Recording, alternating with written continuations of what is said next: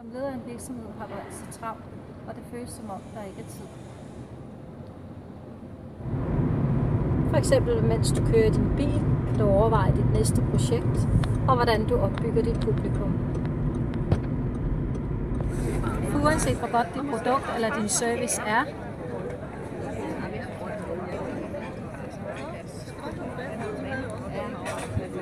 så er det ingenting værd uden kunder.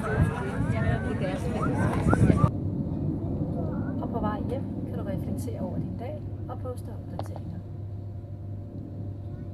Og ligegyldigt hvor du er og hvad du laver, så husk at det skal være personligt og sjovt.